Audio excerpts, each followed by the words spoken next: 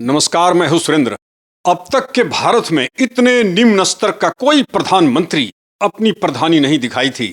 America के प्रति आत्मसमर्पण, ईरान की युद्ध शक्ति को अंडर एस्टिमेट करना या फिर इजराइल अमेरिका के दबाव में भारत को ईरान से हटना, जल डमरू मध्यम मार्ग की अहमियत समझते हुए भी ईरान के नियंत्रण पर आंखें बंद कर लेना भारत के इतिहास में भारतीय नेतृत्व और राजनीति का सीधा पतन है। आपको याद होगा, आयतुल्ला खमेनी की मृत्यु पर एक शब्द न लिख पाना, एक शब्द न बोला जाना, अंतर्राष्ट्रीय मंच पर भारत की राजनीतिक संप्रभुता धूमिल हुई है।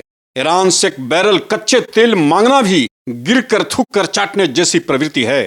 2 लीटर भी क्रूड ऑयल रशिया और ईरान से मिलता है तो वह इनकी महानता होगी, उसे भारत के प्रति निष्ठा और उदारता कहिए। दूसरी तरफ बात अपने देश के व्यवहारिक समीकरण और मूल्यों की है। ईरान ने चाबाहार दिए और हम 12-14 हजार करोड़ डालकर अमेरिका के कहे पर छोड़कर भाग खड़े हुए। हमारे प्रधानी ने कितनी बड़ी कायरता को परिभाषित किया है।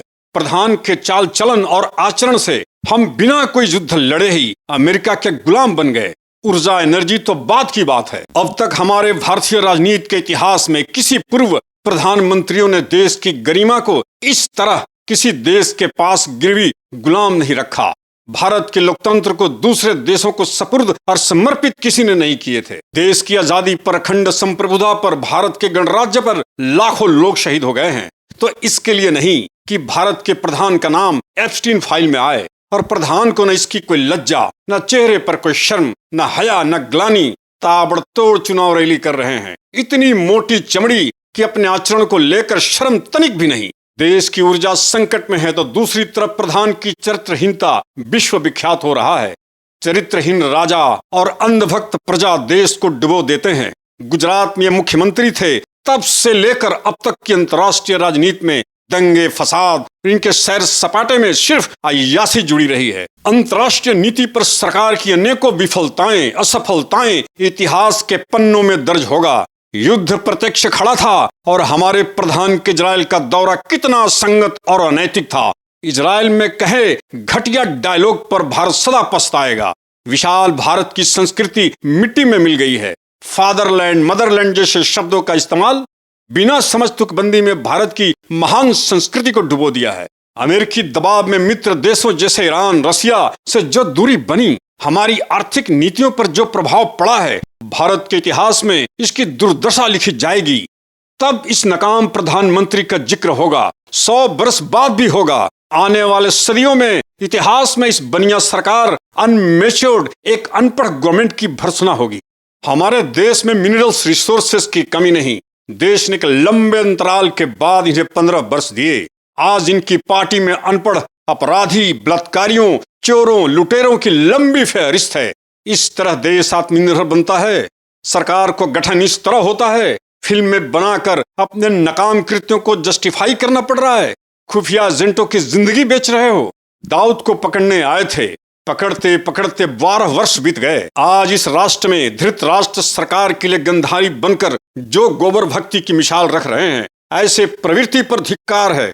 जो सच को सच और गलत को गलत ना कहने का साहस रखता हो, वो कायर है। ये अशिक्षित लोग, व्यवहार अनपढ़ लोग भारत की दुर्दशा तय कर रहे हैं। याद रखिए, मंदिर, मस्जिद, धर्म, प्रार्थना, इबादत आपकी आत्मा की शुद्धिकरण के लिए है। इससे देश की ताकत नहीं बनती।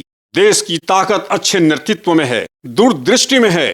हिंदू मुसलमानों में उन्माद फैलाकर सत्ता काबिज करने में नहीं, उनकी शक्तियों के प्रयोग करने में है। भारत को स्थिर रखने में भारत की शक्ति और भारत का निर्माण छुपा है।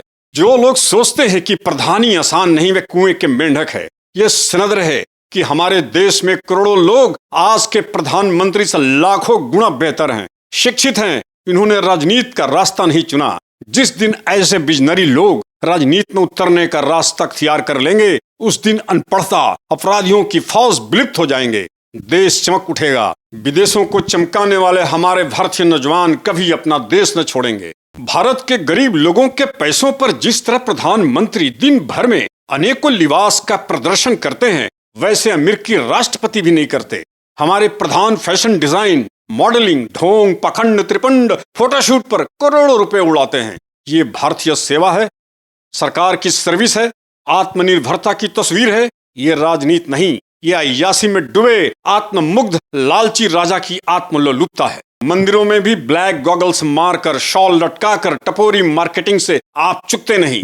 ये अध्यात्म और धर्म है। मंदिर में काला चश्मा, ये सादगी है। आपके चरित्र क्लीन होते तो एफटीन फाइल में न आते। लंपट, उदंड, प्लेबॉय, पोर्न स्टार, ट्रम्प आपका मित्र न बनता। आपके कमजोरियों को परोसकर आपको ब्लैकमेल न करता, आपको घुटनों पर न लाता। ये देश के लिए शर्म की बात है। देश के पढ़े लिखे नौजवान बेरोजगारी की धूल फांक रहे हैं। अनपढ़ और अपराधी नेता मिनिस्ट्री देख रहे हैं। देश में मुझसे, आपसे करोड़ों लोग बेहतर हैं। अनेकों लोग बुद्धि की संपदा से भरे हुए हैं, तमाम विजन से भरे हुए हैं, पढ़ाई लिखाई और शिक्षा से युक्त हैं। गणराज्य के तहत मैं आपको देशवासियों से अपील करना चाहूंगा कि स्वच्छ और साफ पढ़े लिखे लोग नेता बने। आत्मलोलुप्त, आत्ममुग्ध, चरित्रहीन अपराधी नेताओं को हटाएं। शिक्षा, ज्ञान और विज्ञान को महत्व दीजिए। भारत एक कृषि प्रधान देश है। किसान के घर में हम पले बढ़े। अनाज का महत्व प्रत्येक घरों के चूल्हे का अंदाजा हमें है। पूर्वजों ने जमीन पर रहना चलना सिखाया है। गरीबी अमीरी, स्त्रियों के वस्त्रों की इज्जत, भरपूर संस्कारों का हमें सीख मिली है। देश की आत्मनिर्भरता दूरदृष्टि ईमानदारी में है, डिसिप्लिन में है। जुड़िए गणराज्य से। गणराज्य का अर्थ और इसकी दिशा जल्द लेकर हम आएंगे। नीचे मेल एड्रेस है, कृपया अपने विचारों को लिखिए, अपने सुझाव भी रखिए। इसके लिए मैं हमेशा आपका भारी रहूंगा। नमस्कार।